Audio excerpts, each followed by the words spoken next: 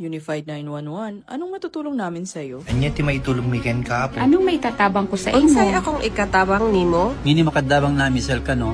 Sa anumang wika o dialekto, may tulong na darating sa iyo.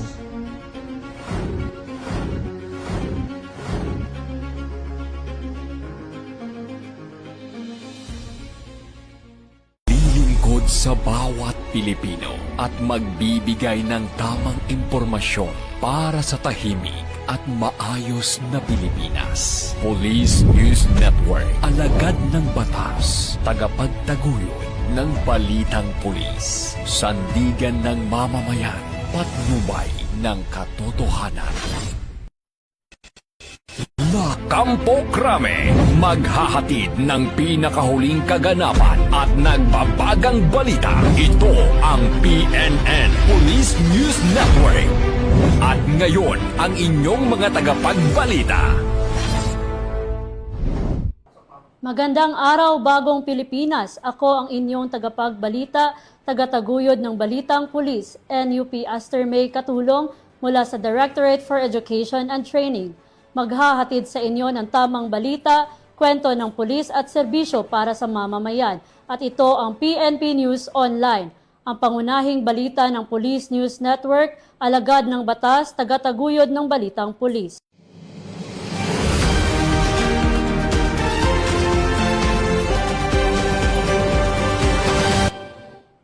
Ngayon ay araw ng Sabado. Narito ang mga balitang hatid ng ating PNN correspondents mula sa iba't ibang panig ng bansa.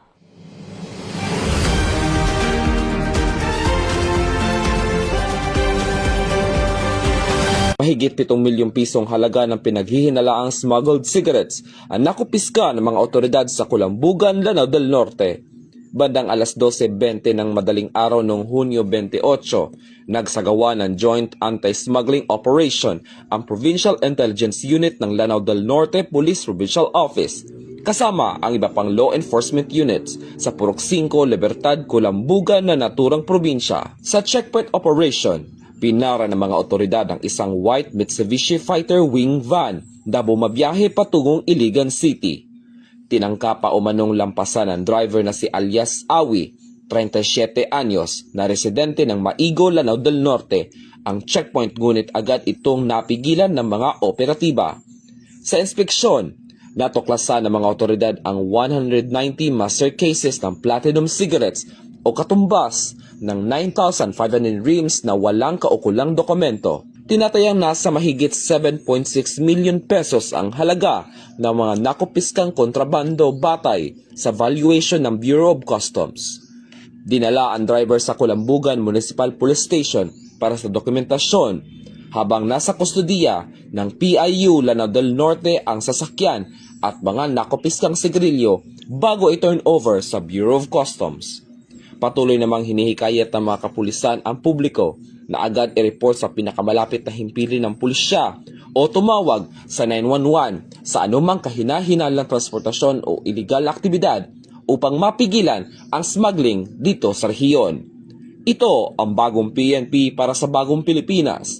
Serbisyong mabilis, tapat at nararamdaman. Mula dito sa Lanao del Norte Police Official Office, ako yung PNN Correspondent, Patrolman Kim Luna, alagad na batas, tagataguyod ng Balitang Pulis. Naging mapayapa ang pagtatapos ng 3 araw na public assembly ng Iglesia ni Cristo sa Liwasang Bonifacio sa Maynila. Ayon sa Philippine National Police, naganap ang pagtitipon mula Hunyo 30 hanggang Hulyo 2 at formal na nagtapos bandang alas 7 ng gabi nitong Hulyo 2. Ayon sa PNP, nanatiling prioridad ng kapulisan ang pagpapanatili ng kaayusan at kaligtasan ng publiko habang iginagalang ang karapatan ng bawat Pilipino na mapayapang magtipon alinsunod sa konstitusyon. Bagamat may ilang minor incident sa unang araw ng pagtitipon, agad naman itong naresolba alinsunod sa umiiral na batas at mga itinakdang operational procedures. Samantala, naging maayos at mapayapa ang ikalawa at ikatlong araw ng aktibidad dahil sa kooperasyon at disiplina ng mga organizer at kalahok. Gayon din ang profesionalismo ng mga pulis, augmentation forces at iba pang partner agencies. Nagpaabot din ng pasalamat ang PNP sa lahat ng PNP personnel, augmentation forces, local government unit, traffic management, emergency responders at partners agencies na naging bahagi ng 3 araw na security operation. Binigyan din ng Philippine National Police na nanatili itong tapat sa mandato nitong panatilihin ang kapayapaan at kaayusan sa pamamagitan ng profesionalismo, pagiging patas, paggalang sa batas at pangangalaga sa kaligtasan at mga karapatan ng bawat mamamayan. Mula po dito sa himpilan ng Pambansang Pulisya ng Pilipinas, ako po si Patrolman Adrian Dayaw, nagbabalita para sa Police News Express. At ito ang bagong PNP para sa bagong Pilipinas, serbisyong mabilis, tapat at nararamdaman.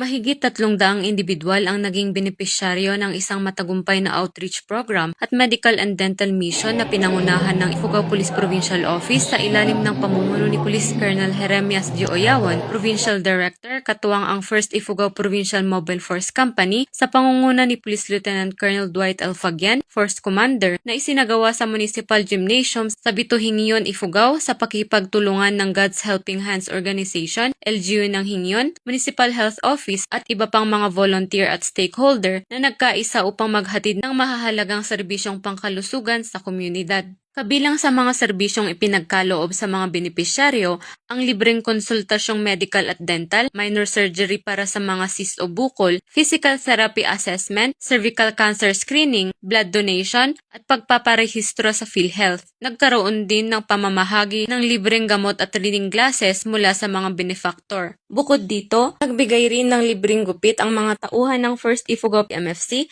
at PNP Special Action Force bilang bahagi ng kanilang advokasya sa pagpapatupad ng personal na kalinisan at pagpapataas ng kumpiyansa sa sarili ng mga miyembro ng komunidad. Samantala, naghatid din ng saya ang mga tauhan ng 1st Ifugao PMFC sa mga mag-aaral ng Bito Elementary School sa pamamagitan ng isang community outreach program. Kabuo ang 40 estudyante ang nabigyan ng school supplies at mga special na regalo habang nakibahagi sa iba't ibang masasayang laro at interaktibong aktibidad. Ang matagumpay na pagsasakatuparan ng inisyatibong ito ay sumasailalim sa matatag na pangako ng Ifugao PNP na maghatid ng serbisyong may malasakit at nakatuon sa kapakanan ng mamamayan. Higit sa lahat, pinatutunayan nito ang kahalagahan ng pagkakaisa at pakikipagtulungan ng mga ahensya ng pamahalaan, pribadong organisasyon, mga voluntaryo at iba pang stakeholders sa pagbuo ng isang mas malusog, mas matatag at mas maunlad na komunidad. Mula dito sa rehiyon ng Cordillera, ako ang inyong PNN correspondent, Patroluman Grace Bulangan, alagad ng batas, tagataguyod ng Balitang Pulis. Muling napatunayan ang epektibong presensya ng kapulisan matapos mahuli ang isang lalaking umano'y na aktuhang gumagamit ng ipinagbabawal na gamot matapos itong may report sa mga otoridad. Nakuhanan di umano ito ng CCTV sa isang parking lot ng isang establishmento sa Legazpi City, kung kaya't agad na nilibot ng mga nakaposting pulis ang lugar na nagresulta sa pagkakahuli ng sospek na kinikinalang si alias Noy. Nasa hustong gulang at bagong tala sa listahan ng mga street-level individual at residente ng nasabing lugar. Na-recover mula sa sospek ang isang rolyo ng aluminum foil, isang green na lighter, 2 pirasong nilakmukos na aluminum strip at maliit na rolyo pa ng aluminum foil. Agad siyang ninaresto ng mga tauhan ng Legazpi City Police Station at ipinaliwanag ang kanyang mga karapatan ayon sa saligang batas. Siya ay nakatakdang sampahan ng kasong paglabag sa Sections 15 at 12, Article 2 ng Republic Act 9165 o ang Comprehensive Dangerous Drugs Act of 2002. Mula po dito sa Albay Police Provincial Office, ako po si Patrolman Corby Flores, nag-uulat para sa Police News Network. PNP para sa Bagong Pilipinas, serbisyong mabilis, tapat at nararamdaman. Tagumpay na naaresto ang 3 individual sa kasong paglabag sa Republic Act 10654, Section 92 sa paggamit ng pinagbabawal na pampasabog na dinamita. Nagsagawa ng anti-illegal operation ang mga tauhan ng Surigao del Norte Maritime Police Station hinggil sa isang sumbong na may gumagamit ng pinagbabawal na pampasabog na dinamita sa karagatang sakop ng Barangay Talavera, Surigao del Norte. Ngunit nang maberipika sa lugar ng pinangyarihan ay agad na nakaalis ang mga nasabing mangingisda. Nagsagawa ng mga tauhan ng follow-up operation sa pamamagitan ng pang-inspeksyon sa mga dumadaang mga motorbangka sa karagatan ng Taganaan, Surigao del Norte. Bandang alas 11:55 ng gabi, Hunyo 28, taong kasalukuyan, nagkataong nakita ng mga operatiba ang mga nasabing motorbangka at ang 3 individual na maghahatid ng sari-saring isda na tumutugma sa impormasyon ng mga bantay dagat ng Taganaan. At nang maharang ang mga ito, ay wala silang maipakitang mga dokumento. Agad na dinala ang mga individual sa himpilan ng Surigao del Norte Maritime Police Station para sa tamang dokumentasyon at disposisyon. Mula rito sa Surigao del Norte Maritime Police Station, ako po ang inyong PNN correspondent, Patrolman Chito Idangaap, nagbabalita para sa Police News Network, serbisyong mabilis, tapat at nararamdaman. Nagpapatuloy ang sinasagawang relief operations para sa mga residenteng naapektuhan ng nagdaang lindol sa Mindanao. Ang Regional Maritime Unit 12 sa pamumuno ni Police Colonel Ervin Glenn U. Provido at ang Jensen Maritime Police Station sa pangunguna ni Police Captain Ernesto A. Rabanera Jr., Station Chief, katuwang ang mga tauhan ng 5th Special Operations Unit ang naging bahagi ng paghahatid ng tulong ng Ashraf Full Aid Humanitarian Organization. Noong 29 taong kasalukuyan, ang mga relief goods ay inihanda at ikinarga para sa agarang transportasyon patungong Glan, Sarangani Province upang maipamahagi sa mga residenteng naapektuhan ng kamakailang kalamidad. Napag-alaman na ilan lamang ito sa naging partisipasyon ng Jensen Marpsta at 5th Special Operations Unit para sa paghahatid ng agarang tulong sa mga biktima ng kalamidad sa rehiyon. Muli, pinatunayan ang pagtutulungan ng Philippine National Police at ng Ashraf Full Aid Humanitarian Organization na sa oras ng kalamidad, ang mabilis na pagkilos at malasakit ay nagiging daan upang maihatid ang pag-asa sa mga higit na nangangailangan. Sa pamamagitan ng sama-samang pagsisikap, patuloy na naipaparating ang agarang tulong at naipapakita ang tunay na diwa ng bayanihan para sa mga pamilyang naapektuhan ng lindol. Bagong PNP para sa bagong Pilipinas. Patuloy ang serbisyong mabilis, tapat at nararamdaman.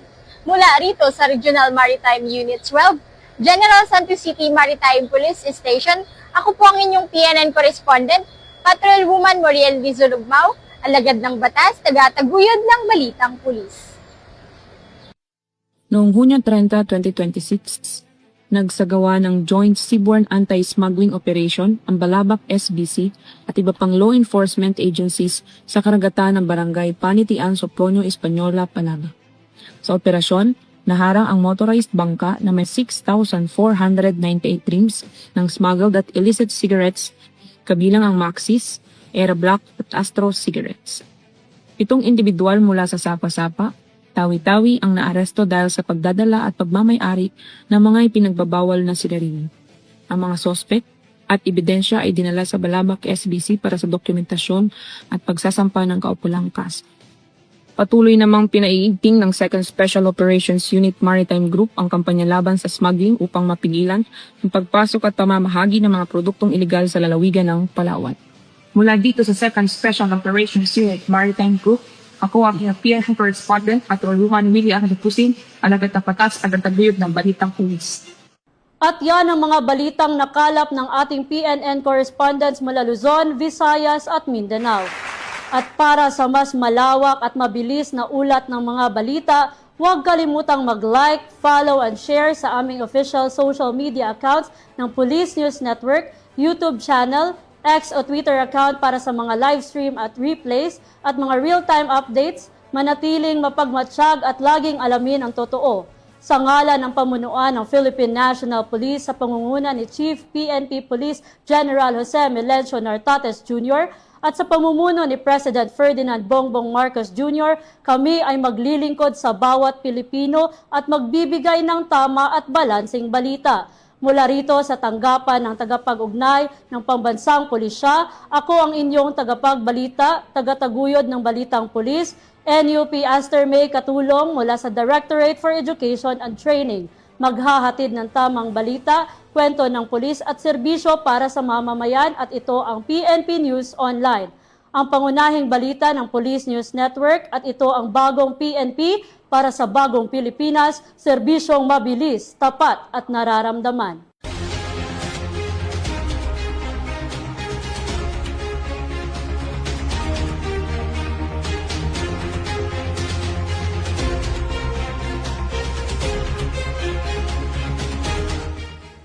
Police News Network. Alagad ng batas. Tagapagtaguyod ng balitang pulis.